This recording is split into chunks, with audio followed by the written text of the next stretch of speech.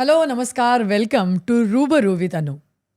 आज अर्थातच या पॉडकास्टमध्ये एक नवीन विषय आणि नवीन गेस्ट. आजचा विषय अत्यंत महत्त्वाचा आणि तो म्हणजे हॉर्मोनल इम्बॅलन्सेस इन वुमेन. आणि आपल्याला मार्गदर्शन अर्थातच करणार आहेत डॉक्टर अपूर्वा हजीरनीस मॅडम. त्या स्वतः एंडोक्रायनॉलॉजिस्ट आहेत आणि गेल्या 15 वर्षांपासून या संपूर्ण क्षेत्रात मॅडमचा अनुभव आहे. डॉक्टर, मी जसं सुरुवातीला म्हटलं, एक तर सगळ्यात पहिले रूबरू विथ अनुमध्ये वेलकम. थँक्यू. आणि आज आपण एक महत्त्वाचा विषय घेऊन आलो आहे की हॉर्मोनल इम्बॅलन्सेस. मला सुरुवातीलाच तुमच्याकडे येताना असं हे करायचं आहे की आता मी जसं म्हटलं की प्रत्येकाच्या घरामध्ये एज फॅक्टर जर का सोडला तर हॉर्मोनल इम्बॅलन्सेस किंवा हॉर्मोनल इम्बॅलन्स झाला आहे हे एकदम कॅज्युअली बोललं जातं. म्हणजे एखाद्या बाईला हेअर लॉस होतो आहे, एखाद्या बाईला प्रचंड वेट गेन झाला आहे, खूप थकवा येतो आहे, सेक्स ड्राईव्ह कमी झाली आहे, काही झालं आहे, म्हणजे चिडचिड होती आहे. अगदीच घरामध्ये एक 40शीची बाई आणि चिडचिड होते. असं जरी झालं तरी पटकन ना कोणी घरातलं कोणी म्हणजे लहान मुलगा सुद्धा एखाद्या त्या बाईचा किंवा नवरा असेल, कोणी घरातलं एखादा माणूस असेल, तो म्हणून जातो हॉर्मोनल इम्बॅलन्स झालेला दिसतोय तुझा. इतकं कॅज्युअली आजकाल हा शब्द ऐकायला येतोय. मला आठवत आहे म्हणजे माझी आई या एजमध्ये असताना पण ह्या सगळ्या गोष्टींमधनं गेली असेल, पण हा शब्द कधी कानावर नाही आला किंवा एवढ्या कॅज्युअली मी किंवा आमच्या घरातलं कोणी म्हटलं नाही की आईला असंच झालं असेल, एवढं काही लक्ष देऊ नका. सो माझं म्हणण्याचा उद्देश हाच आहे सुरुवातीला की काय मग हॉर्मोनल इम्बॅलन्स म्हणजे नेमकं काय? सो अलीकडे लोक हॉर्मोनल इम्बॅलन्स ही एक अशी ब्रॉड स्पेक्ट्रम टर्म ठेवलेली आहे की जो काही प्रॉब्लेम आहे तो हॉर्मोनल इम्बॅलन्स. तर देर आर मेनी टाईप्स खरं तर. आणि कुठचा हॉर्मोनल इम्बॅलन्स आहे की फक्त पिरियड्स इरेग्युलर, हेअर लॉस आहे म्हणजे तो PCODच आहे किंवा फक्त वेट गेन आहे म्हणजे तो थायरॉइडच आहे. तर हे असं नसतं. एव्हरीथिंग इज अल्टिमेटली लिंक्ड आणि at the same time everything is separate. So म्हणूनच आपल्याला हे कुठेतरी डॉक्टरांकडे जाणं, हे सगळे इश्यूज डिस्कस करणं हे आवश्यक आहे. ऑफकोर्स वयानुसार आपण एक गेस करू शकतो की जी एक 40शीतली बाई आहे की जिची चिडचिड होते, पिरियड्स पण रेग्युलर येत नाहीत. बट व्हेरी ऑफन अशा बायका मेनोपॉझल नसतातही. Unnecessary the woman also thinks की चला आता मेनोपॉज झालेला आहे, हे ऑब्व्हियस आहे. पण ही चिडचिड का होते? आता मी OPDमध्ये रोज एवढे 50 पेशंट्स बघते. त्याच्यातल्या बायकांमधले असे 70% of those between the age group of 35 to 50 त्यांचा हे कॉमन प्रॉब्लेम असतो की खूप चिडचिड होते. बट ते खरंच हॉर्मोनल आहे का? देर आर अदर फॅक्टर्स. तर ऑफकोर्स आपण अशा बायकांचं स्क्रीनिंग करतो की मेनोपॉज जवळ आलेला आहे की नाही, FSH हॉर्मोनल टेस्ट करतो. कधी कधी थोडं लेट प्रेझेंटेशन म्हणजे वजन वाढतं 30 नंतर, डिलिव्हरी नंतर, आणि PCOD नव्याने एक डोकं काढतो, नव्याने त्याचं रूप दाखवतो. त्याच्यामुळे चिडचिड, वेट गेन आणि इरेग्युलर पिरियड. सो प्रत्येकच गोष्ट मेनोपॉज नसते आणि प्रत्येकच चिडचिड ही पण हॉर्मोनल इम्बॅलन्स नसते. तर आपण हे सगळं जर रूल आउट केलं तर बाकी अनेक कॉजेस असतात. I think Wien you talk about woman health, आता एक मेजर इश्यू असतो मुंबईत राहणाऱ्या बायकांची वुमन हेल्थ रिलेटेड की त्यांची sleep is a very compromise. Sleep होत नाही. ट्रेडिशनली त्यांना करिअर, मग नोकरी, मग ट्रॅव्हल आणि सकाळी लवकर पहाटे उठून डबे करणं. सो या सगळ्यामध्ये त्यांची झोप होत नाही आणि सगळं डॉक्टरकडे जाऊन सगळ्या टेस्ट केल्या जातात, ट्रीटमेंट दिली जाते, वेगवेगळ्या calcium supplements, everything is given. पण नंतर हे अल्टिमेटली डॉक्टरच्या किंवा पेशंटच्या लक्षात येतं की आपली 7 ते 8 झोपच झाली नाही. तर शरीराला जो फटीग, इरिटेशन, मेंटल फॉगिंग हे सगळं राहणारच आहे. आणि अल्टिमेटली या सगळ्याचा इफेक्ट होऊन अर्ली ब्लड प्रेशर येणं आणि देन इरेग्युलर पिरियड्स येणं हेही इश्यूज होणार आहेत. म्हणजे साधं एक आपली झोप 7 ते 8 तास पूर्ण न होणं हे सुद्धा एवढ्या मोठ्या सगळ्या गोष्टींचं कारण असू शकतं. बरं. पण आता जसं डॉक्टर तुम्ही म्हणालात तसं की एकदम चांगला मुद्दा मांडलात तुम्ही की सगळ्या गोष्टींना आपण हॉर्मोनल इम्बॅलन्स म्हणून लेबल नाही करू शकत. त्याच्यासाठी आपल्याला स्क्रीनिंग करणं गरजेचं आहे किंवा त्याच्यासाठी एक मॉनिटर करणं गरजेचं आहे. आज तुमच्याकडे एवढे पेशंट येतात, अशा असंख्य लक्षणं घेऊन येत असतील. पण मग आपण जेव्हा एखाद्या गोष्टीला हॉर्मोनल इम्बॅलन्स म्हणून खरंच लेबल जर का करतोय तर मग अशी चिडचिडा होणं किंवा हे होणं ही तर एक सामान्य लक्षण असू शकतात. पण स्पेसिफिक तुम्हाला अशी काही लक्षणं दिसतात का? हा पहिला प्रश्न. दुसरं मला विचारायचं आहे की आत्ताच्या या बदलत्या जीवनशैलीप्रमाणे म्हणा, जसं तुम्ही म्हणालात आता मुंबईतल्या लोकांचं म्हणा, म्हणजे कुठल्याही मेट्रो सिटीजमध्ये म्हणाल जर का, तर झोप पूर्ण होत नाही, जेवणाच्या वेळा चांगल्या नाही आहेत, म्हणजे एकंदर त्यांची लाईफस्टाईल थोडक्यात चांगली नाही आहे, हे जर का गृहीत धरलं तर मग हे चेंजेस तुम्हाला काही लक्षणांमध्ये सुद्धा किंवा त्याच्या परिणामांमध्ये सुद्धा ते दिसून येत आहेत का?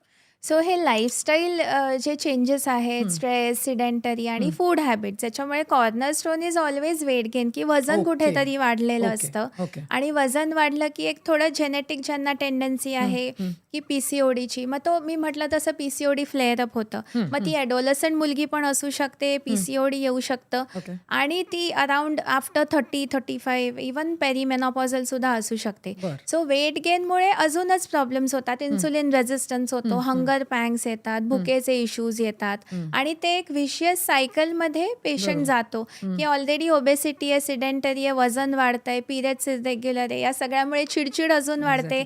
स्ट्रेस इटिंग चिडचिडीमुळे खूप होतं. स्ट्रेस इटिंग झालं की किंवा इन्सुलिन रेझिस्टन्सने अजून भूक वाढते हो. आणि कुठेतरी ते कंट्रोल नाही केलं, अधिक भूक, मग अजून वजन वाढतं.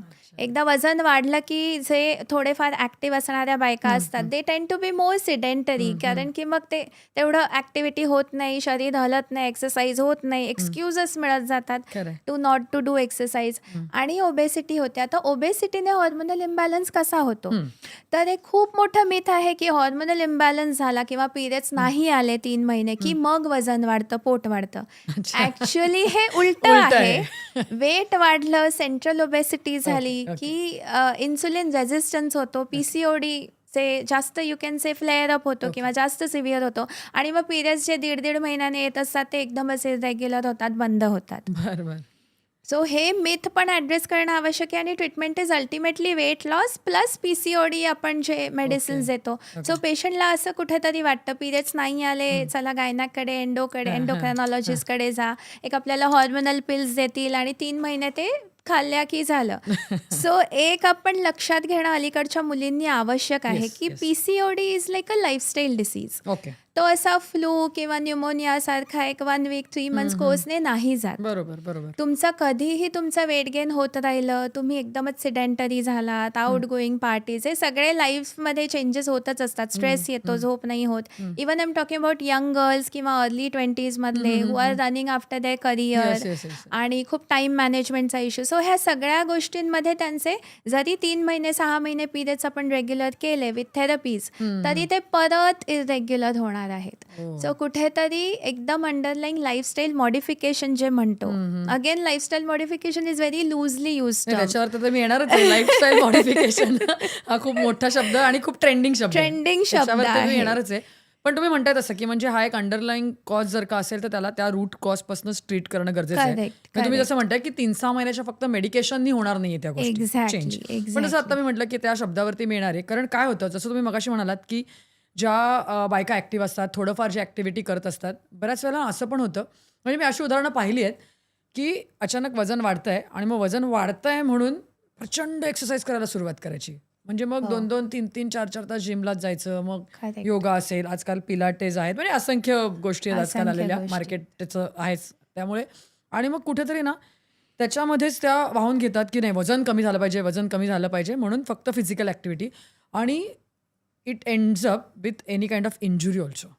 या लेवलपर्यंत Absolutely. ऑब्सेशन. सो खरं तर अंडरलाईंग जर वेट लॉस करायचा असेल तर बेस्ट आणि time treated therapy is diet control. Okay. तुम्ही जर दिवसभरामध्ये 1800 आणि 2000च कॅलरी तुम्ही खात बसलात तर तुम्ही कितीही वर्कआउट केलं तरी there is limitation. Okay. Of course it will show an impact, but जर कोणाचा 5 ते 7 किलो वेट गेन झालेला असेल तर तो एकदम वेट लॉस होण्यासाठी डाएट कंट्रोल म्हणजे काय, तर टोटल दिवसभरामध्ये 24 तासामध्ये तुम्ही ज्या कॅलरीज खातात through may be sugar, oil, carbohydrate, हे सगळ्या कॅलरीज तुम्ही कमी करा. बरं. नुसतंच वर्कआउट करून यू आर राईट आणि कुठेतरी मग जिम ट्रेनर पुश करतात, मग Exactly. Unnecessary high protein diet.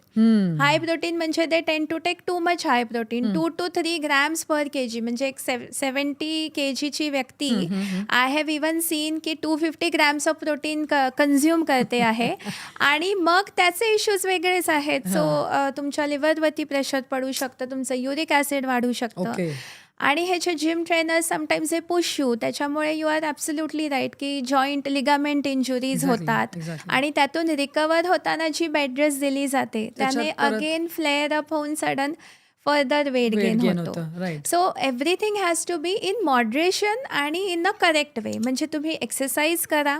तुम्ही जर 1 hour ऑफ डेली एक्सरसाइज वाढवला असेल it is very good, but keep it at 1 hour to begin with. आणि सोबत तुम्ही मी म्हटलं तसं एक 300 कॅलरीने तुम्ही कमी करा. तुम्ही जर अच्छा. स्नॅकिंग करत असाल, खात असाल, तर ते एक स्नॅक कमी करा. इव्हनिंगला अननेसेसरी स्नॅक असेल तर ते तुम्ही you can replace it with something else, like may be a glass of milk or a fruit. Okay. Something not very fancy but simple. So calorie reduction has to go hand in hand, side by side, along with exercise. Okay.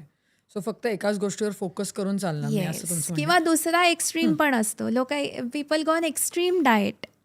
हे तर खूपच आहे common. म्हणजे त्यांना असं वाटतं की जसं मी म्हटलं तसं की हॉर्मोनल टॅबलेट्स घेऊन पिरियड्स रेग्युलर करायचे 3 ते 6 महिने आणि विसरून जायचं. एक्झॅक्टली. सो अगेन ओबेसिटी पण हा it's a life long disease. त्या ओबीस व्हायला जर 20 वर्ष लागतात, 30 वर्ष, तर ओबेसिटी 3 महिन्यामध्ये कशी ठीक होईल? शक्यच नाही. बरोबर. सो जे लोक खूप क्रॅश डाएटवरती जातात, may be like 1000-1200 kilo calorie, बरोबर. म्हणजे काय तर रफली आपण एक सामान्य भाषेत सांगायचं झालं तर दिवसभरामध्ये 2 चपात्या फक्त खायच्या आणि बाकी एक्सेस ऑफ प्रोटीन. पण हा असा डाएट करून जरी इंटेन्स वेट लॉस झाला 5-10 किलो, तरी त्यांना मग लोक खूप खुश होतात आणि मग वन फाईन डे ते डाएट पूर्णपणे सोडलं जातं आणि exactly they go back to the same level. बरोबर आहे. रिबाउंड इफेक्ट रिबाउंड इफेक्ट येतोच. आणि आपल्या ब्रेनला, आपला ब्रेन एका प्रकारे वायर्ड झालेला असतो ओबीस पेशंटचा. अच्छा. येस. सो आपण 6 महिन्यात वजन कमी केलं तरी आपल्या ब्रेनला आपल्या जुन्या म्हणजे जास्त हेवी वेटची एक सवय असते आणि शरीराला वाटतं काहीतरी चुकतंय खरं काहीतरी तर. कमी पडतंय. सो शरीराच मेटाबॉलिझम स्लो करून परत आपलं वजन it takes you back to say 80 kg 90 kg from where you began. मग हे सायकल कसं करायचं कट? सो लोक काय करतात, लोक वेट लॉस करतात, मग परत रिगेन झाला की मग ते दुसऱ्या कुठे, जसं तुम्ही बोललात तसं पिलाटेसकडे वळतात, हेवी ट्रेनिंगकडे जातात, पॉवर योगा करतात. Somehow again they happen to lose another 10 kilos. मग ते सगळं सोडतात आणि मग परत रिगेन होतो. सो ह्याला सोल्युशन आहे की तुम्ही भले खूप लो कॅलरी डाएट नका करू, इंटेन्स वर्कआउट नका करू, बट जे तुम्ही करता इन मॉडरेशन ते सस्टेनेबल पाहिजे. Right. Exactly. At least over 1 to 2 years जर तुम्ही वजन कमी करून तेवढंच ठेवलं, मग तुमच्या ब्रेनला तुमच्या कमी वजनाची सवय आपण होते. कंडिशन करायचं. एक्झॅक्टली. तुम्हाला तुमच्या ब्रेनमध्ये आपलं हायपोथॅलॅमस असतं, ग्रे मॅटर असतं, ह्याचं कंडिशनिंग, तुमचं डिकंडिशनिंग झालं पाहिजे. ते झाल्यानंतरच तुमचा वेट रिगेन होणार नाही. ओके. नाहीतर दरवेळेला हे होतच राहील. आणि ह्याच्या सायकल्स असतात. People call it age yo dieting, की वेट लॉस होतं, वेट रिगेन. हे जे वेट लॉस होतं तिथे खूप सारा मसल लॉस होतो. एस्पेशली 30 नंतर 40 नंतर हे पेरीमेनॉपॉझल, इथे तो मसल लॉस अजून रॅपिडली होतो. कारण कधी कधी खूपच कमी कॅलरी दिलं जातं, इतकं जादा वेट ट्रेनिंग प्रॉपर होत नाही, मेनी रिझन्स. आणि हे जे वेट रिगेन होतं ते सगळं फॅट येतं. सो अल्टिमेटली तुमची body is going through lot of stress आणि मसल लॉस.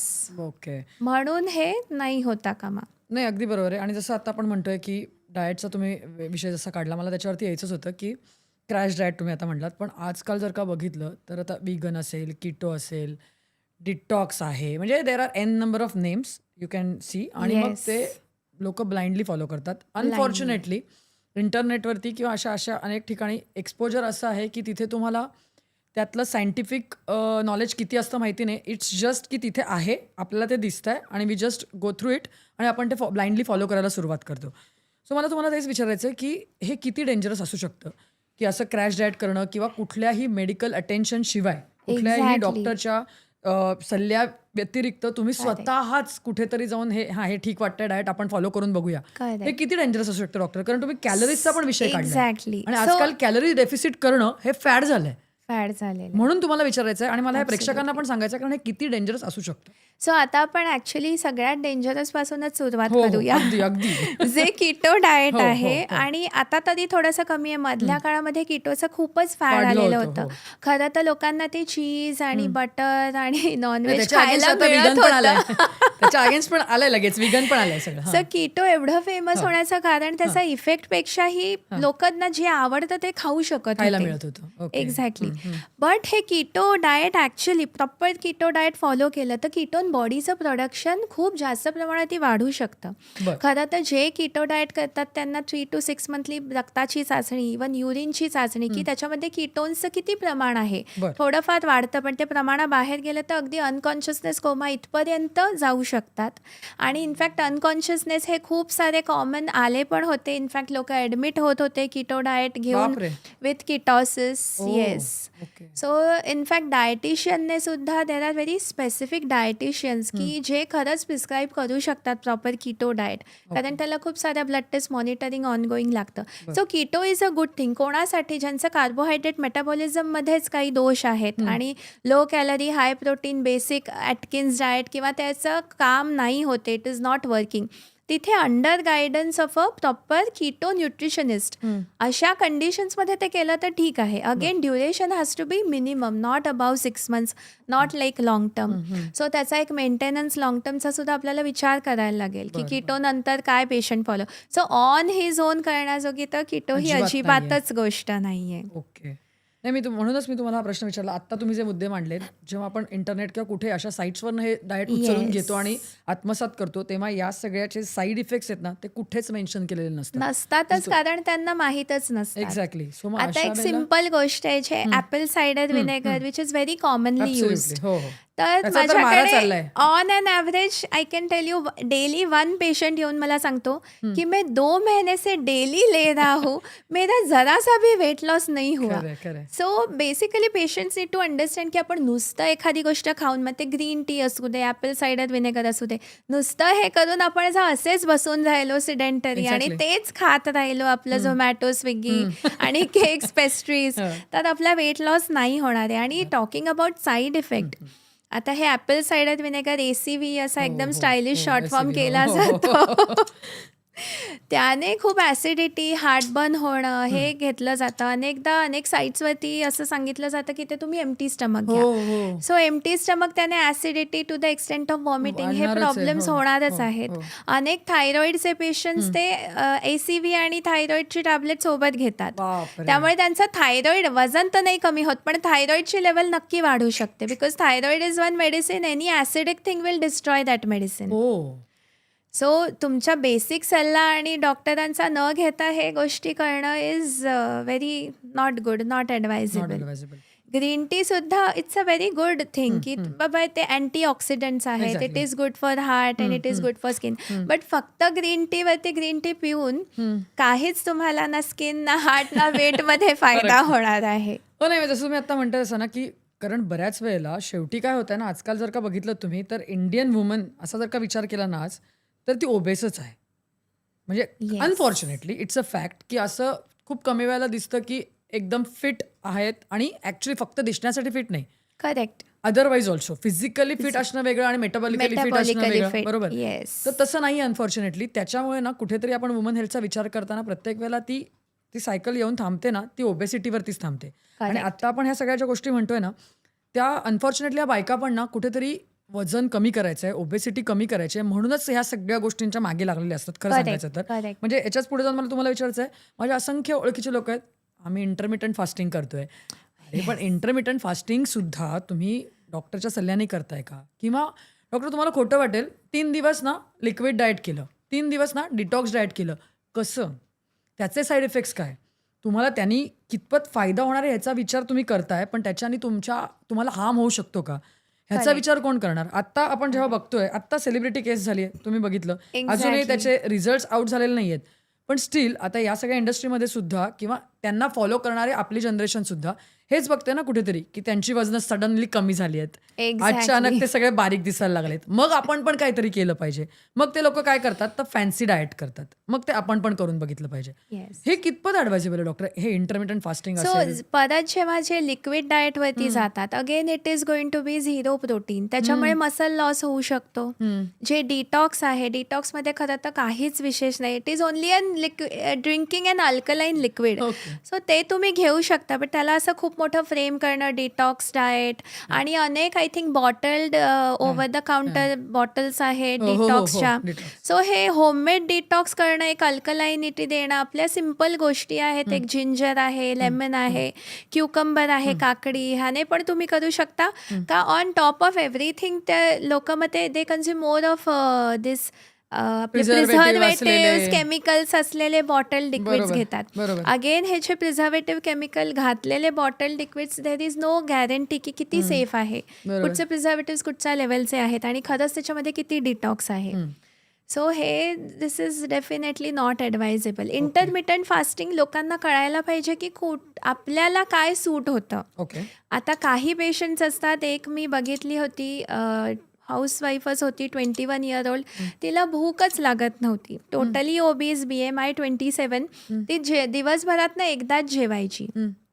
सो असेही पेशंट्स असतात. सो ती काय जेवायची, ॲट अ टाइम ती खूप जेवत होती, ओके. खूप ऑइली होतं, फ्राईड होतं, खूप राईस होता, लॅक ऑफ प्रोटीन्स, थकवा होता. सो हे सगळे इश्यूज डील करणं इम्पॉर्टंट आहेत. ओके. सो जे लोक 3 प्रॉपर मील्स घेतात which are very less moderate in carbohydrate. Moderate in carbohydrate म्हणजे काय, तर आपल्या जेवणाच्या प्लेटच्या 1/4 1/4 एवढेच कार्बोहायड्रेट असले पाहिजेत. ओके. आणि बाकी तुम्ही से 2 to 3 पोर्शन्स तुम्ही फायबर आणि मग प्रोटीन्स प्रोटीन. घ्या. सो जे लोक असे मॉडरेशनमध्ये खातात त्यांनी जर इंटरमिटंट विथ 2 मील्स केलं ओके. तर त्यांचा अननेसेसरीली खूपच वेट लॉस होऊ शकतो, मसल लॉस होऊ शकतो, अच्छा. ओके. कारण ह्या सगळ्या पण गोष्टी त्यांच्या कॉम्प्रोमाइज होतील. बर. So there are other variants की जे फॅड म्हणून इंटरमिटंट करतात, but they tend to have dinner at 7 o'clock हो, आणि हो, दे हो. हॅव देअर मीटिंग्स आणि ॲक्टिव्हिटी गोइंग ऑन टिल 12. 12. हो, हो. आणि मग त्यांना खूप मिडनाईट क्रेविंग, होणारच. हायपर ॲसिडिटी हो, होणार, होणारच, होणार. मिडनाईट क्रेविंग होणार. 100%. आणि मिडनाईट आपल्या शरीराचं मेटाबॉलिझम असं आहे की सनसेट नंतर तुम्ही काहीही खाल्लं, एस्पेशली लेट, जितकं लेट तेवढा त्याचा ओबेसिटीमध्ये जास्त रूपांतर होतं. कन्व्हर्जन. ओके. सो हे जे मग ते they get lot of sweet craving आणि मग मिडनाईट स्नॅकिंग जे सुरू होतं. Right, आणि ते right. Available snack is always either some packed, Yeah, एक it's तर junk. चॉकलेट जंक, नाही तर Junkच. चिप्स आहेत. बरोबर, बरोबर. सो त्यामध्ये ते इंटरमिटंटचा पूर्णच हे होतं. Completely तुम्ही निगेटिव्ह ते follow होतं, करूच शकत निगेटिव्ह नाही. होतं, Yeah, फॉलोच yeah. नाही करू शकत. नक्की, नक्की. पण जसं मी आता म्हटलं की हे सगळं जे आहे ते कुठेतरी जाऊन बायकांच्या ओबेसिटीशीच रिलेट होतं आणि Yes. त्याच्यामुळे हे कुठेतरी आपण मागे लागलेलं दिसतोय.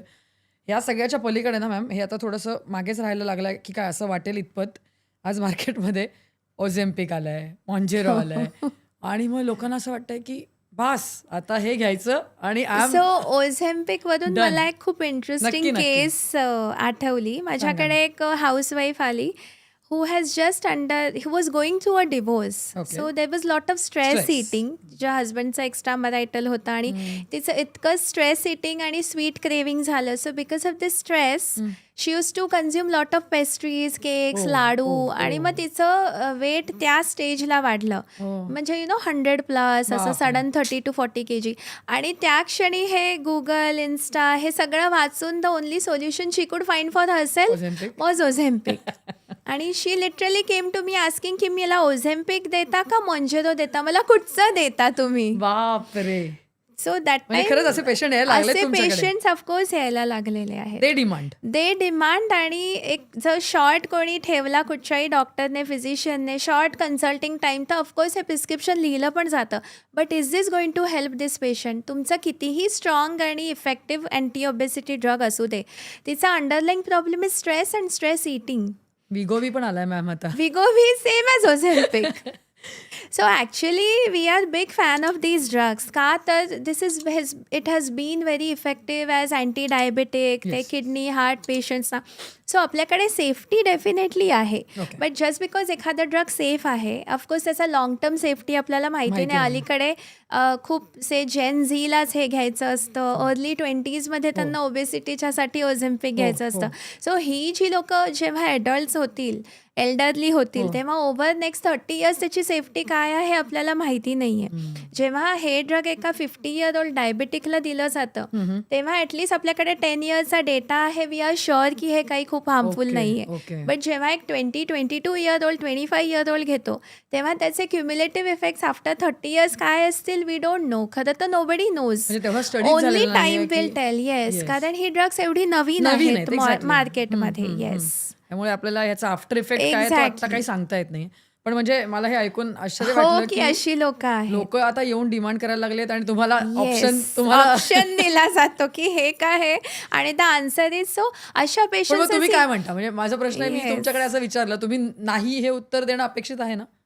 ऍक्च्युली अपेक्षित नाहीये. So there R categories of Okay. Patients. खरंच जर कोणीतरी डाएट सिन्सिअरली केला आहे 1 year 2 year, कोणाला जेनेटिकली ओबेसिटी आहे, genetically also prone for diabetes आहे. Okay, okay. सो अशा लोकांनी जितक्या यंग एजमध्ये जेवढा वेट लॉस होईल तेवढा चांगलाच आहे. बरं. कारण आज ना उद्या त्यांना diabetes, blood pressure, high cholesterol सगळे प्रॉब्लेम्स होणारच होणारच आहेत. आहेत. हो, so rather than waiting for that they have to take it seriously. But असं in general I feel that everybody should do doctor wise की तुम्ही तुमच्या पेशंटला प्रिस्क्राईब करण्याच्या आधी सांगायला हवं की मी म्हटलं तसं की याचा शॉर्ट टर्म इफेक्ट नाही आहे. 6 months तुम्ही ओझेम्पिक देता. ओझेम्पिक काय करतं? ओझेम्पिक तुमची भूक खूप जास्त कमी करतं. ओके.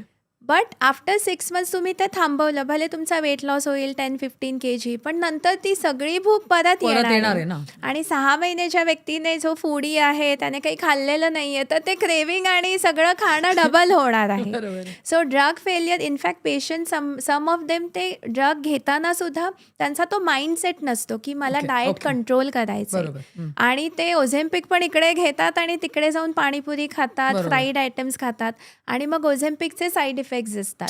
नेमली व्हॉमिटिंग, नॉशियस. ओके. सो आपल्याला आधी पेशंटचा माइंडसेट कुठेतरी चेंज करणं आवश्यक आहे बरं. की once I am on Ozempic or Mounjaro माझी भूक कमी होईल, पण मी जे खातो ते हेल्दी खायला हवं, Right. नाहीतर न्यूट्रिशनल डेफिशियन्सीज होतील. हम्म. आणि त्याचा long term even Wien you stop एक शरीराला, मनाला, पोटाला सवय करणं आवश्यक आहे. Okay. कमी क्वांटिटीमध्ये खाणं, हेल्दी खाणं आणि ऑफकोर्स आउटसाईड जंक फूड कमी खाणं, मिनिमम पॉसिबल. Minimum possible. नाही, आणि जसं आता तुम्ही म्हणालात तसं की जसं आता आपण या यंग जनरेशनला किंवा आत्ताच्याला पण फक्त निगेटिव्ह साईडने त्यांच्याकडे बघू शकत नाही किंवा त्यांना नावं ठेवू शकत नाही, कारण ही जनरेशन ना आता फिटनेस फ्रीक पण झाली आहे. करेक्ट म्हणजे ते जिमला पण जातात, ते व्यायाम पण करतात, करेक्ट ते करेक्ट हेल्दी खाण्याचं सुद्धा त्यांचा एक हे डोक्यात असतं असतं त्यांच्या. डोक्यात. आणि मग त्याच्यामधनं पण कुठेतरी हे असतं की मग ऑलिव्ह ऑइलच खाऊ का मी, मग झिरो मैदा ब्रेडच मी आता खाईन, फक्त सलाड्सवरतीच माझं सगळं हे असेल, खाण्याचा पूर्ण correct. पोर्शन असेल.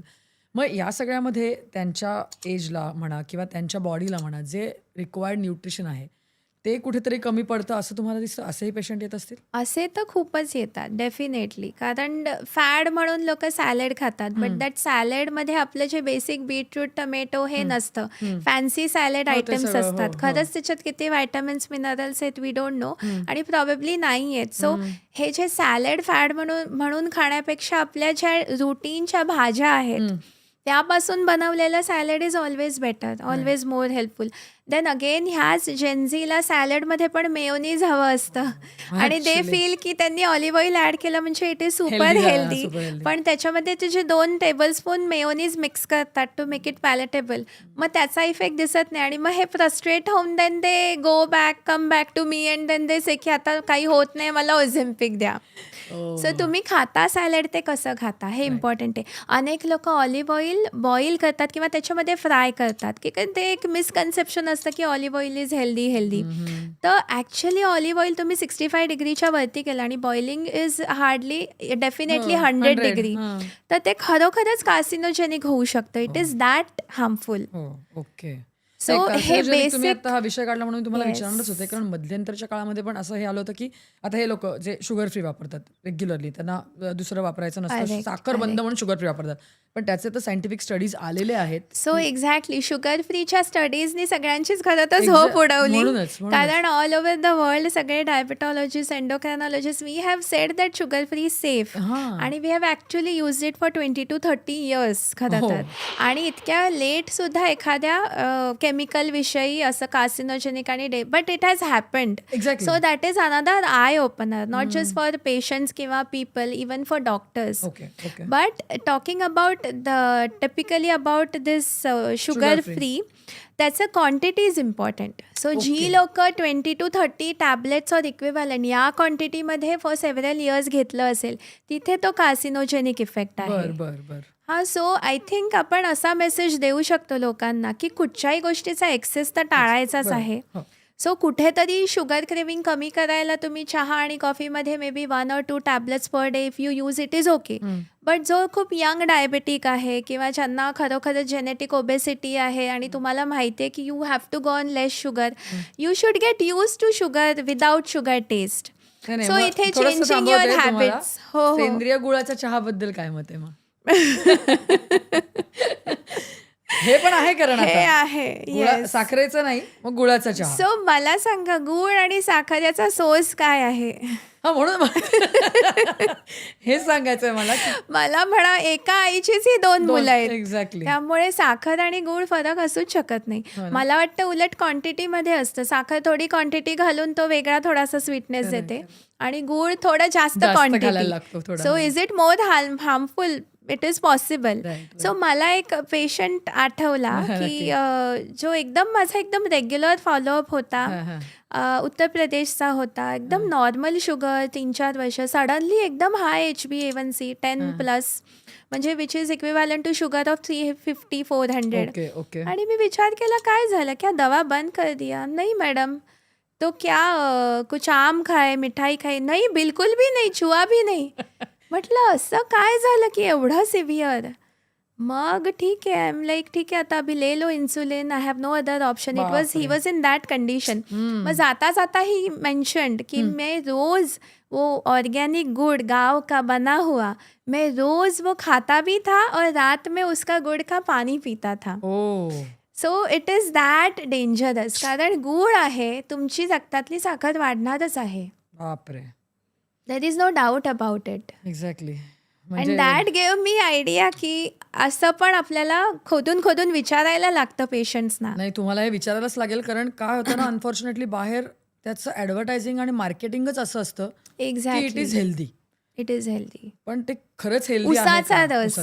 हो, बघा ना. उसाचा रस इन्स्टंट एनर्जीच्यासाठी खूप सारी ॲडोलसंट मुलं इनफॅक्ट डेली उसाचा रस पिऊन डायबिटीज झालेले आहेत. बापरे. Because sudden surge of sugar कुठेतरी पॅनक्रियाची कम्पन्सेट करत असते. ती थोडीशी डिकम्पन्सेट होऊन डायबिटीज कॅन ॲक्च्युली हॅपन. बापरे. खूप महत्वाच्या गोष्टी आहेत आणि खरंच आपल्या Exactly. प्रेक्षकांना समजणं गरजेचं आहे. समज. पण बऱ्याच वेळा डॉक्टर काय होतं, म्हणजे जसं आता आपण हे सगळं ओबेसिटी रिलेटेड बोलत असताना डाएटबद्दल बोलतोय, एक्सरसाइजबद्दल बोलतोय, किंवा हे आपण सगळे डाएट्स फॅन्सी डाएट्सबद्दल बोललो. हे सगळं करून कुठेतरी जेव्हा नाहीच रिझल्ट मिळत ना, म्हणजे अगदी ऑझेम्पिक असो आणि हे असो, मोंजेरो असो, आता ते इने सध्या Yes. म्हणून ठीक आहे, तुमच्याकडे येतच असतील पेशंट. पण मग बऱ्याच वेळेला ना पेशंट आले स्वतः हे पण ठरवतात की मला आता बेरियाट्रिक सर्जरीच करायची आहे डायरेक्टली, आणि तिथपर्यंत पण पोचतात. म्हणजे मला तुम्हाला सांगायचा उद्देश हा याच्यामध्ये की आज कुठेतरी ओबेसिटी हा एवढा टॅबू झालाय का, किंवा एवढा प्रॉब्लेम खरंच झालाय का, की लोक त्याच्याकडे एवढ्या सिरियसनेसनी बघतायत, म्हणजे सिरियसनेस आलाय का त्याचा एवढा खरंच? सो माझ्याकडे असेही पेशंट्स येतात की यू विल बी सरप्राईज की मी त्यांना सांगते की तुम्ही नका वजन कमी करू. कारण लोकांना असंच वाटतं की the moment my BMI is about 25 म्हणजे खूपच काहीतरी अनहेल्दी होणार आहे. त्यातमध्ये ते रुटीन चेकअप्स होत जातात. HbA1c ही एक टेस्ट असते ज्याचे बऱ्याचदा रॉंगच रिझल्ट्स असू शकतात. आणि ते 5.7 आलं की पेशंट पॅनिक होतो की मला डायबिटीज झालेला आहे. आणि if you go little in to detail history, तर अशांचे पेरेंट्स, ग्रँडपेरेंट्स खरोखरच हेवी साईडला असतात. अच्छा. सो जेनेटिकली यांनी कितीही लो कॅलरी ठेवलं, कितीही वर्कआउट केलं, तरी त्यांचा BMI 22 येईल, 21 येईल असं एक्सपेक्टेशन करणं चुकीचं आहे, डॉक्टरने पण आणि पेशंटने स्वतः पण. ओके. सो आम्ही ज्याला एक सिम्पल ओबेसिटी अशी टर्म वापरतो की पेशंट ओबीस तर आहे बट त्याला काही प्रॉब्लेम नाही आणि काही फ्युचरमध्ये होण्याचे चान्सेस पण कमी आहेत. तर तुम्ही हेल्दी लाईफस्टाईल मेंटेन करा, बट जस्ट त्या वेटच्या आकड्यांकडे बघणं आणि त्यातून स्ट्रेस तयार होणं ह्याची गरज नाही आहे. ओके. आणि बाकी there is other extreme also की खरोखरच मी म्हटलं तसं एकदा ओबेसिटीचे विशियस सायकल चालू झालं आणि पेशंटचं एज थोडंसं जास्त असेल, age related heart problem, multiple comorbidities, joint issues, osteoarthritis सुरू झालं की असे पेशंट्सकडून आपण एक्सपेक्ट नाही करू शकत की तुम्ही वॉकला जा, तुम्ही जिम करा, इवन स्विमिंग करा. Because of obesity exercise is limited. Yes yes yes. आणि बिकॉज ऑफ एज त्यांना एवढे कोमॉर्बिडिटीज असतात. सो अशा पेशंट्सना last option is bariatric surgery. Okay. पण आज आपण बघितलं तर सिव्हिअर ओबेसिटीमध्ये बेरियाट्रिक सर्जरी एवढाच वेट लॉस मोंजेरो पण करू शकतो. But before going to either bariatric और मोंजेरो आपल्याला 2-3 गोष्टी क्लिअर करणं आवश्यक आहे की दुसरा काही एकदम पॅथॉलॉजिकल प्रॉब्लेम नाही. जसं खूप रेअर असतात, ब्रेन ट्युमर्स असतात, Okay. कॉर्टिसॉल हाय असणं, IGF-1 हाय असणं, हे रूल आउट करणं आवश्यक आहे. सेकंडली पेशंटने आत्तापर्यंत जे सो कॉल्ड डाएट केलेलं हो. आहे आणि जे सो कॉल्ड वर्कआउट केलेलं आहे, whether it has been consistent, number Okay. 1, whether it has been correct, okay. Medically monitored diet होतं नव्हतं, आणि whether it was little long term, little म्हणजे 1 year plus. 1 it year. Cannot be like 3 months आणि 6 months आणि तुम्ही frustrate होऊन bariatric surgery करता. Okay. So या गोष्टी मॉनिटर करूनच the doctor physician has to categorize की खरंच कोणाला मॉन्जेरो का बेरियाट्रिक का काहीच नाही. ऍक्च्युली नाही. पण डॉक्टर, म्हणजे आता तुम्ही इतके वर्ष, म्हणजे बिंग अ एंडोक्रायनॉलॉजिस्ट, मला तुम्हाला हे विचारायचं आहे की हॉर्मोनल इम्बॅलन्स किंवा वुमन हेल्थ आपण आज बोलतोय, पण एकूणच तुमच्याकडे येणारे पेशंट काहीतरी प्रॉब्लेम घेऊनच येतात जे सिव्हिअर असतात बऱ्यापैकी. जर ते Yes. एंडोक्रायनॉलॉजिस्ट पर्यंत पोहोचतायत Correct, याचा अर्थ correct. Definitely there is a severity. मग अशा वेळेला खरंच म्हणजे आता तुम्ही HbA1cचा उल्लेख केलात, पण तशा काय काय टेस्ट तुम्ही खरंच रूल आउट करता, काय काय वुमन हेल्थच्या दृष्टिकोनातून बघितलं जातं, याविषयी काय सांगाल थोडंसं? सो वुमन हेल्थमध्ये आपल्याला मी म्हटलं तसं फिमेल हॉर्मोन्स की मेनोपॉज आहे का, प्रोलॅक्टिन हाय आहे का, थायरॉइड आहे. अगेन वजन वाढलं की एक एक सबस्ट्रेट असतो की ज्याच्यामध्ये वजन वाढल्याने माइल्ड थायरॉइड होतो. बरं. So it is not a proper thyroid, it बरं. Is because of the obesity thyroid येतो. पण Okay. तरी मग आपल्याला साईड बाय साईड ओबेसिटीची ट्रीटमेंट करायची आहे, प्लस आपल्याला थायरॉइडची पण ट्रीटमेंट करायची आहे. त्याच्यानंतर त्यांचा कोलेस्ट्रॉल, आपल्याला हायपरलिपिडेमिया, कारण वी हॅव सीन यंग एजमध्ये पोस्ट कोविड इतके सारे इव्हेंट्स आहेत. आत्ताच हो. आपण ॲक्ट्रेसचं बघितलं बघितलंय, की हो. आपल्याला कोलेस्ट्रॉल, शुगर, BP आणि dietary history is very important, जी Okay. Which is often missed. म्हणजे किती प्रोटीन इंटेक आहे, किती कॅल्शियम इंटेक आहे. अच्छा. अलीकडे व्हेगन एक अजून एक फॅड आहे, त्या नावाखाली मिल्क आणि मिल्क प्रोडक्ट्सचा पूर्ण इंटेक बंद इज व्हेरी करतात. लेस आणि कॅल्शियम डेफिशियन्सी जातेच. मग patient serum calcium, blood level कॅल्शियमचा रिपोर्ट करून येतो आणि सांगतो माझा कॅल्शियम तर चांगला आहे. सो अच्छा. पेशंट हॅज टू अंडरस्टँड की ब्लडमधलं calcium is not going to tell us की बोन्समध्ये किती कॅल्शियम आहे. Correct correct. So dietary history is important. आणि नंतर मी म्हटलं तसं छोट्या छोट्या गोष्टी, how is the sleep pattern, how is the stress, whether these things are contributing to her problems, health issues. Okay. Hormonal profile wise of course thyroid, prolactin, FSH, LH आणि याच गोष्टी आपण करणं आवश्यक आहे. कॉर्टिसॉलचं अनएक्सप्लेन्ड वेट लॉस असेल तर कॉर्टिसॉलवाले पण खूप पेशंट येतात, ते अच्छा. वाचतात आणि स्वतःच कॉर्टिसॉलचा रिपोर्ट घेऊन येतात. ओके. ये लो है अभी मुझे ट्रीटमेंट दे दो, ये हाय है अभी मुझे ट्रीटमेंट दे दो. ओके. सो अनेक हॉर्मोन्स आपल्या शरीरातले असतात की जे पल्सटाईल असतात. बरोबर. म्हणजे पहाटे खूप हाय, संध्याकाळी लो किंवा वाईस वर्सा. तर तुम्ही कधी करता, झोपून उठल्यानंतर की झोपता झोपता का संध्याकाळी, याने खूप फरक पडतो. Okay. So patient is panicking Wien the Right. Truth is that की रिपोर्ट नॉर्मलच आहे, पेशंटने संध्याकाळी काढलेलं आहे कॉर्टिसॉल, त्याच्यामुळे ते नॉर्मल आहे. हो. आणि ह्याच्यात मेन प्रॉब्लेम असा होतो, पेशंटला वाटतं माझं कॉर्टिसॉल किंवा थायरॉइडमुळे माझं वजन वाढतंय. हां. बट खरा अंडरलाईन गोष्ट वेगळीच असते, जी Actually. इग्नोरच होते, Ignore जी होते. ट्रीट होत नाही. बरोबर बरोबर.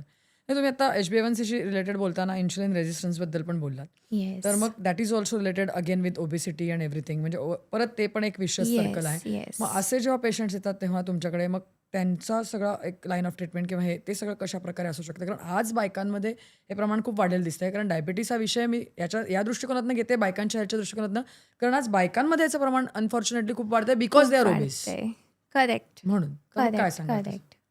सो इन्सुलिन रेझिस्टन्स, अलीकडे इन्सुलिन हे असं बॅड हॉर्मोन असं केलेलं आहे. Exactly. But it's not a bad hormone, it's a very good Good hormone. hormone. आणि ते लहान बाळापासून सगळ्यांमध्ये असतंच. पण ओबेसिटी वाढले की इन्सुलिन वाढतं Okay. आणि मग आपण त्याला इन्सुलिन रेझिस्टन्स Resistance. म्हणतो. इन्सुलिन रेझिस्टन्स झाला की त्यांच्या ओव्हरीज मोठ्या होतात, ॲबनॉर्मल, म्हणजे PCOD किंवा PCODशी सिमिलर. अगदी तेथे सोनोग्राफीमध्ये निघत नाही, आपण काही लेबल करणं आवश्यक नसतं. So we call it as secondary PCOS. Okay. हे प्रॉब्लेम्स होतात. सो ह्याला underlying is again diet and exercise. Insulin रेझिस्टन्सच्यासाठी there are medicines. Okay. Myoinositol आहे, मेटफॉर्मिन आहे, it is again drug therapy. So but ह्या सगळ्या therapies are little chronic, 9 months 1 year. आणि again going back to the same thing, पेशंटचा mindset, lifestyle change करून weight कंट्रोलमध्ये ठेवणं, वेट लॉस करून वेट कमी ठेवणं is the cornerstone of the treatment. नक्कीच. आणि आता आपण जसं म्हणतो जसं की आता हे वेगवेगळे हॉर्मोन, तर मग बऱ्याच वेळेला काय होतं बायकांशी रिलेटेड म्हटल्यानंतर जसं तुम्ही आता उल्लेख केलात PCOS असेल किंवा थायरॉइड असेल, तर मग काय म्हणजे आता PCOS तर खूपच कॉमन झालेलं आहे कॉमन आणि झालं. अनफॉर्च्युनेटली लग्न होण्याच्या आधीच म्हणजे अगदी यंग एजमध्ये PCOS निघतं. मग ते लग्न झाल्यानंतर पार अगदी इन्फर्टिलिटीपर्यंत पोहोचतं आणि मग करेक्ट, ते करेक्ट. अतिशय म्हणजे खूप बेकार तो सगळा जर्नी होऊन करेक्ट, जातो पुढे करेक्ट, त्या मुलीसाठी. करेक्ट. तर मग अशा वेळेला ह्या सगळ्या हॉर्मोन्स कंट्रोल करण्यासाठी किंवा ह्या सगळ्या हॉर्मोनल इम्बॅलन्सकडे न जाण्यासाठी सुद्धा या मुलींनी थोडा विचार केला पाहिजे असं वाटत नाही तुम्हाला? Absolutely, absolutely. म्हणूनच PCOD जेव्हा ॲडोलेसंट गर्ल शॉर्ट टर्मसाठी करतात, की 10th आलं, 12th आलं, स्ट्रेसने पिरियड्स नाही आले, मग परत सुरू झाले, then they are happy. But हे फ्रिक्वेंटली जर होत असेल, सायकल्स ऑफ इरेग्युलर सायकल्स येतच नाही आहेत किंवा खूप पिंपल्स येत आहेत, अनावश्यक केस हर्सुटिझम होत आहे, हो. तर आपण त्याला ते स्क्रीन आउट करणं आवश्यक आहे की PCOD आहे की नाही. PCOD असेल तर देर आर अगेन 2 एक्स्ट्रीम्स, की अच्छा. काही डॉक्टर्स गायनॅक इव्हन एंडोक्रायनॉलॉजिस्ट खूप घाबरवून टाकतात की तुला PCOS आहे म्हणजे तू तुझं खराबच हो ना, होणार हो आहे, ना. तू लवकरच लग्न कर, लवकर हो. बेबी प्लॅन कर, इथपर्यंत ॲडवाईस दिला खरंय, जातो. खरंय. आणि दुसऱ्या एक्स्ट्रीमला की हा PCOS आहे, हे OC पिल्स घेऊन टाकायचे 3 to 6 मंथ्स किंवा नाही पिरियड्स आले तर एक डेव्हरी म्हणजे प्रोजेस्ट्रॉन प्रोजेस्ट्रॉनचे, टॅबलेट हां. घ्यायची 5 days देन हां. It's done. सो या सगळ्यातला आपल्याला मध्य मध्य काढायचं. गाठायचा आहे. करेक्ट. आपल्याला त्या मुलीला समजावायचं आहे की हा लाईफस्टाईल आणि क्रॉनिक डिसीज आहे आणि डिसीज असला तरी आपल्याला तो आपल्या एफर्ट्सनी तो कंट्रोलमध्ये ठेवायचा आहे. तो काही निघून नाही जाणार आहे आणि तो खूपच असा वाढून अजून काही कॅन्सर बिन्सर होणार नाही. People have that misconception also की PCOD मध्ये कॅन्सर होतो. ओ. सो आपल्याला लाईफस्टाईलने वेट कंट्रोल ठेवायचा आहे, आपल्याला प्रॉपर हेल्दी डाएट करायचं आहे आणि डज नॉट मीन की you cannot have a normal life. Of course या मुली जाऊ शकतात बाहेर, आउटसाईड फूड खाऊ शकतात, but it has to be very very minimal, limited. Okay. आणि रेस्ट ऑफ द टाईम त्यांचा प्रॉपर प्रोटीन, लो कॅलरी हेच त्यांना फॉलो करून रेग्युलर एक्सरसाइज करायचा आहे. खूप साऱ्या PCOD मुली लीन असतात, बारीक असतात. त्यांना असं मिसकन्सेप्शन असतं की मी काहीही खाऊ शकते आणि मला काय एक्सरसाइजची गरज नाही. सो त्या मुलींना स्पेशल काउन्सिलिंग लागतं की फक्त एक्सरसाइज प्रॉपर ठेवून सुद्धा ते त्यांचे स्वतःचे पिरियड्स रेग्युलराईज करू शकतात. आणि गोईंग बियॉन्ड दिस जर तेव्हा अनेक ॲडोलसंट मुलींना ॲक्ने असतं, हर्सुटिझम असतं. सो त्याच्यामुळे त्यांची एक ती बॉडी डिस्मॉर्फिक इमेज होते आणि लॅक ऑफ कॉन्फिडन्स होतो. सो अशा मुलींना अँटी अँड्रोजन आम्ही म्हणतो. म्हणजे अशा मुलींमध्ये आपण वेगळे टेस्टोस्टेरॉन, अँड्रोस्टेनेडिऑन वेगळ्या हॉर्मोनल ॲसेस करून आपण त्या लेवलनुसार त्यांना एक थोडा लॉंग टर्म कोर्स देतो, ज्याने त्यांचा केस आणि पिंपल सगळं इतकं चांगलं कंट्रोलमध्ये येतं की दॅट इम्प्रूव्ज एव्हरीथिंग. आणि एकदा तो पॉझिटिव्ह रिझल्ट दिसला की मग ऑटोमॅटिकली त्या they go towards this lifestyle आणि रेग्युलर डाएट, एक्सरसाइज. माझे अनेक असे पेशंट्स आहेत की जे 1-2 वर्ष मेटफॉर्मिन, अँटी अँड्रोजन आणि हॉर्मोनल पिल्स घेऊन आता they know how to manage their life. मी जसं मगासपासून म्हणते ना की डॉक्टरांच्या सल्ल्याने करा गोष्टी. एक सिंपल गोष्ट मला वाटतं ही खूप बिंबवणं सध्या गरजेचं आहे की तुम्ही इंटरनेटच्या माध्यमातून स्वतःचं, कारण आजकाल ना सगळ्यांना असं वाटतं की आम्ही डॉक्टरच आहोत. मी तुम्हाला खरं सांगते डॉक्टर, पोस्ट कोविड हे स्वतः आम्ही खूप जवळनं अनुभवलं आहे की प्रत्येक माणसाला असं वाटतं की आपल्याला सगळं आता कळलेलं आहे, आपल्याला सगळं येतं, आपल्याला सगळं समजतं आणि मग ते स्वतःची औषधं पण घेतात. यावरनं मी तुम्हाला एक उदाहरण जो मी बघितलं मी तुम्हाला त्याच्यावरनं सांगते की ओळखीच्या माझ्या एका ह्याच्यातलं उदाहरण आहे. त्या ओव्हर द काउंटर अँटासिड घ्यायच्या, ओव्हर द काउंटर जाऊन पेन किलर्स घ्यायचे आणि काय ठीक आहे ना, ॲसिडिटी झाली आहे, रोज ॲसिडिटी होते कंटिन्युअसली. बरं आता मेडिकल स्टोअरमध्ये तुम्ही जाल, तुम्ही म्हणाल अँटासिड द्या, तो तुम्हाला देणार आहे. कुठला अँटासिड तुम्हाला तो देतोय, त्याच्यामध्ये कुठले कंटेंट आहे, त्याच्यात तुम्हाला तुमच्या बॉडीला कुठलं चालणार आहे, त्यातलं तुम्ही किती प्रमाणात घेताय. सो अँटासिडवरून एक hormonal imbalance is very common. Antacids जे 2-3 टिपिकल आहेत, डोमपेरिडोन, लिव्होसल्फेट, ह्याच्यामुळे प्रोलॅक्टिन वाढतं. त्याच्यावरतीच मी आणि की म्हणजे प्रोलॅक्टिन वाढून पिरियड्स येईन असे होतात, इरेग्युलर होतात.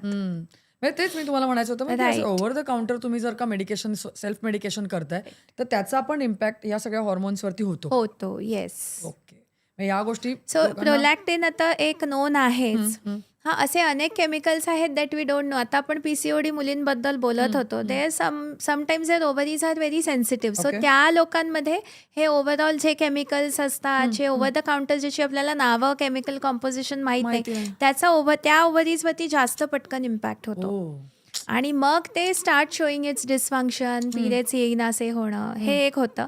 अनेक पावडर्स किंवा लिक्विड्स जी इवन कुठच्या आर्थरायटिस किंवा ह्याच्या नावाखाली दिली जातात, ज्याने आपल्याला क्विक रिलीफ मिळतो.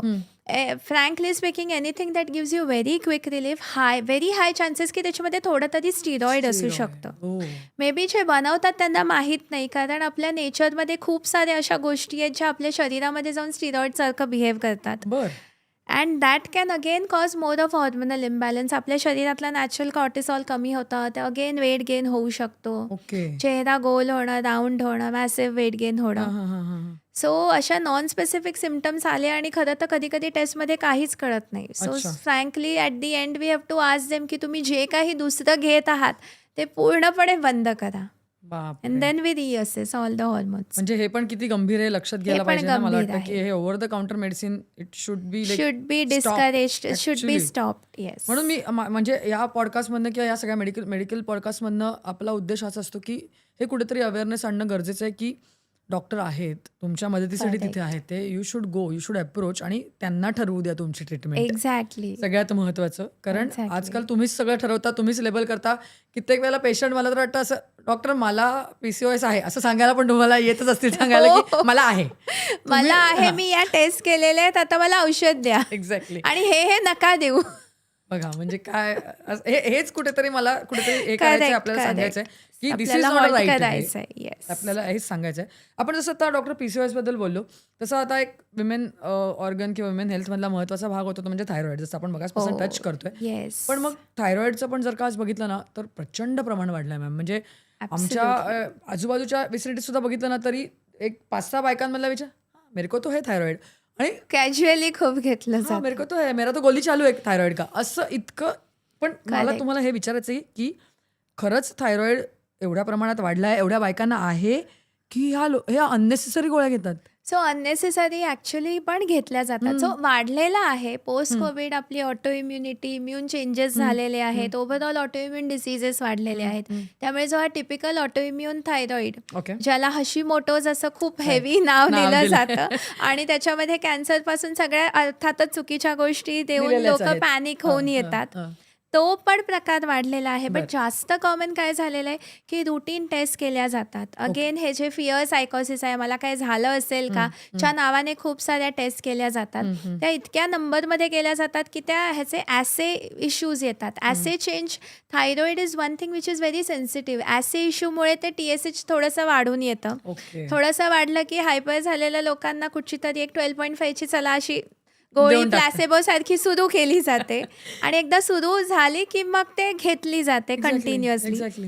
That is one thing. This is second type. Third type is me आधी मेन्शन केलेलं तसं ओबेसिटीमुळे थायरॉइड येतं, विच इज व्हेरी माइल्ड आणि which is little between range, म्हणजे प्रॉपर पण नाही आणि नॉर्मल पण नाही, but treatment is actually obesity.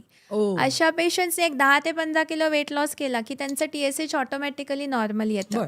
In fact 50% of the times आम्ही त्यांना मेडिसिन देत पण नाही, कारण सेम थिंग, मेडिसिन देऊन ते TSH लो येतं, मग पेशंट खुश होतो आणि ओबेसिटीला टच नाही होत, बाजूला राहते. राईट. सो थायरॉइडमध्ये एक प्रॉब्लेम काय आहे की लोकांना असं मिसकन्सेप्शन, एकदा मला थायरॉइड झालं म्हणजे माझं वजन वाढणार आहे आणि वाढतच जाणार आहे आणि ते कंट्रोलच नाही होणार. ही सगळ्यात बिगेस्ट मिथ आहे. तर एखाद्या व्यक्तीचा थायरॉइड लेवल रेंजमध्ये असेल, म्हणजे काय, तर आपण थायरॉक्सिन, थायरोनॉम हे देऊन जर TSH विदिन रेंज आलं तर ते अशा व्यक्तीमध्ये थायरॉइड हे वेट गेन करूच शकत नाही. सो जसं नॉर्मली लोक डाएट, एक्सरसाइजने वेट लॉस करू शकतात, ह्या व्यक्ती पण सेम वे करू शकतात आणि that body will respond very nicely. But कुठेतरी त्यांना ही एक्सक्यूज सापडते आणि मग ते प्रयत्न होत नाहीत, आणि मग ultimately slowly over a period of a decade खूप सारा वेट गेन होतं आणि सगळं त्या थायरॉइडला दोष दिला जातो. आणि मग थायरॉइडचा डोस वाढला जातो, कारण वजन वाढलं तर वजनाच्या हिशोबाने डोस पण वाढतो. जो माणूस हेवी आहे त्याला खूप हेवी डोस लागतो, 100 kgच्या व्यक्तीला 150 डोस लागतो. आणि मग देर इज सम पॅनिक, एक सिच्युएशन तयार होते की मला एवढा डोस घ्यायला लागतो, मग स्वतःचं स्वतः बंद करतात आणि मग खरोखरच थायरॉइड वाढतात आणि मग अजून प्रॉब्लेम सुरू होतात. सो सगळ्यात basically patient needs to realize की थायरॉइडमुळे अति वेट गेन होत नाही. वन्स यू ट्रीट थायरॉइड तर मग वेट गेन तर हॉल्ट होतं, आणि आपण बाकीच्या गोष्टी जे नॉन थायरॉइड पेशंट पण करतो फॉर वेट लॉस, हेच आपण करणं आवश्यक आहे. बरं. नाही, पण थायरॉइडच्या बाबतीत ना, जसं मी आता एक मिथ म्हटला नाही, जसं वजनाचं असेल, तसे बरेच मिथ असतात थायरॉइडच्या बाबतीत. आणि ते लोक बरोबर. म्हणजे लोकांच्या डोक्यात डोक्यातच असंख्य असतं. कल्पना असतात. एक प्रेग्नन्सीचं हां मला सांगावंसं हां वाटेल, की नक्की. अननेसेसरीच्या अनमॅरिड मुली असतात ज्यांना थायरॉइड होतं. मग ते थायरॉइड लपवणं किंवा ते आहे त्यामुळे मला प्रेग्नन्सी होणार नाही आणि मग हो, सासरच्यांचा पण समज होतो. सो बापरे. माझ्याकडे असे अनेक पेशंट, मीच त्यांना सांगते, की आपके होने वाले पती को लेके आओ, हो, आपके खरं. होने वाले सास को लेके आओ. हम्म. कारण सगळ्या हे दिस इज व्हेरी इम्पॉर्टंट, की थायरॉइड नॉर्मल आहे तर तुम्हाला कन्सीव्ह व्हायला काहीच प्रॉब्लेम होत नाही. आणि थायरॉइडच्या गोळ्या तुम्हाला सेफली चालू ठेवायच्या आहेत थ्रू आउट प्रेग्नन्सी. आणि त्या तुम्ही प्रॉपर दिल्या तर बेबीच्या पण ग्रोथमध्ये होत नाही काही प्रॉब्लेम. किंवा आईला थायरॉइड आहे म्हणून बाळाची वाढच होणार नाही, हा पण अत्यंत गैरसमज आहे. ओके. किंवा बाळाला पण थायरॉइड होईलच, हे पण अत्यंत चुकीचं आहे. अच्छा. सो असे अनेक मुली, यंग मुली खूप सफर होतात बिकॉज ऑफ खरंय दिस. खरंय. आणि जसं तुम्ही मगाशी म्हणालात तसं बऱ्याच जण ना मध्येच या गोळ्या बंद करून टाकतात. म्हणजे डॉक्टरांनी आणि जरी एक्झॅक्टली. वाढवलं ना, त्याची पॉवर जरी वाढवली ना, त्यांना असं वाटतं की बापरे खूप वाढलंय की खूप काय वाढलेलं काहीतरी, आहे. आणि स्वतःच बंद करून टाकतात. किंवा आणि रिपोर्ट नॉर्मल स्वतःच काढतात हां. आणि गोळ्या बंद करतात. नाही, पण बऱ्याच वेळेला ना अशा वेळेला काही ठिकाणी वेगळी काय होतं ना, हे सगळं बंद करून काहीतरी वेगळेच उपचार केले जातात.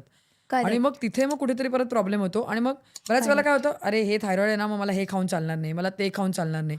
त्यामुळे मला तुम्हाला हा प्रश्न विचारायचा आहे प्रामुख्याने, की खरंच स्पेसिफिक डाएट थायरॉइडच्या पेशंट्सना असतं का? म्हणजे त्यांनी काय नाही खावं आणि काय खावं याची खरंच एक आहे हे आहे का? ॲक्च्युली ह्याच्यामध्ये दोनच गोष्टी आहेत. हां. एक तर सोया प्रॉडक्ट्स थायरॉइडच्या पेशंट्सनी मॉर्निंग आवर्समध्ये नाही खायचं. मॉर्निंग. अगेन लोकांना वाटतं की सोया म्हणजे हातच नाही हो, कारण लावायचा. करतात लोक. करतात आणि soya is a very good, very easy to protein digest. Rich आहे प्रोटीन एवढं. हो, आहे. हो. व्हेजिटेरियन्समध्ये as it is protein deficiency होते. एक्झॅक्टली. सो सोयाचं लॉजिक असं आहे की थायरॉइड टॅबलेट घेतल्यानंतर पुढचे 4 ते 5 तास तुम्हाला ते कन्झ्युम आयडियली नाही नाही करायचं आहे. करायचं. बरं.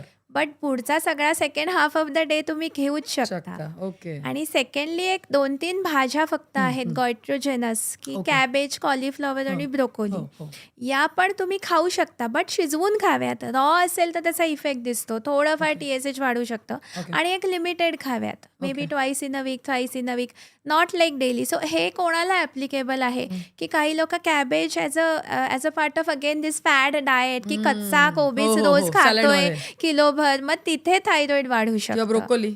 ब्रोकोली कच्ची खातायत. हो, सो हो. Don't consume it every day. Okay. ह्याच्यावरनं मला एक केस आठवली. नक्की नक्की. माझी एक 8 इयर ओल्ड अगदी छोटी बच्चू होती, थायरॉइडची पेशंट. 8 वर्षाची. 8 वर्षाची. येस. बापरे. हां, सो तिचं थायरॉइड ठीक होतं, व्यवस्थित फॉलोअप, छान गोळ्या घेणार रेग्युलर. पण तिचं हिमोग्लोबिन 7 आलं. 7. आय वॉज शॉक्ड, इतकं लो हिमोग्लोबिन. मी त्याच्या बाकीच्या टेस्ट पण रन केल्या, की तिला काही थॅलॅसिमिया, हो, हो, हो. सिकलिंग, दुसरा काही मॅसिव्ह प्रॉब्लेम नाही आहे ना.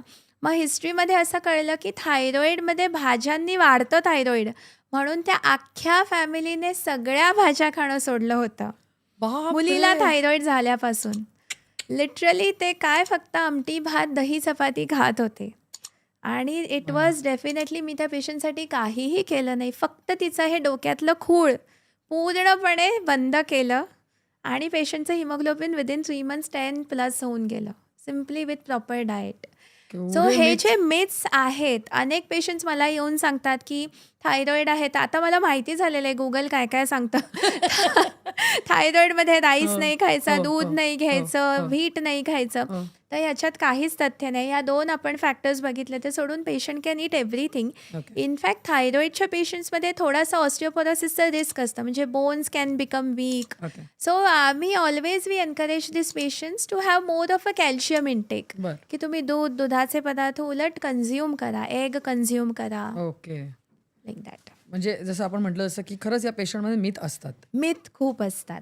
आणि मग खूप त्याचं असतात. ते तुमच्याकडे जर का पोहोचले. प्रेग्नन्सीमध्ये थायरॉइडची गोळी सेफ नाही, कुठचीच गोळी सेफ नाही, म्हणून प्रेग्नंट झाल्या ते बंद करतात. पण आणि is मग that safe? त्याचे इट इज ॲब्सोल्युटली रॉंग. कारण की मग थायरॉइडची गोळी प्रेग्नन्सीमध्ये बंद केली तर मग बेबीची ग्रोथ होत नाही. या उलट प्रॉपर डोस चालू ठेवला की मग बेबीची ग्रोथ एकदम प्रॉपर होते, फिटसची ग्रोथ.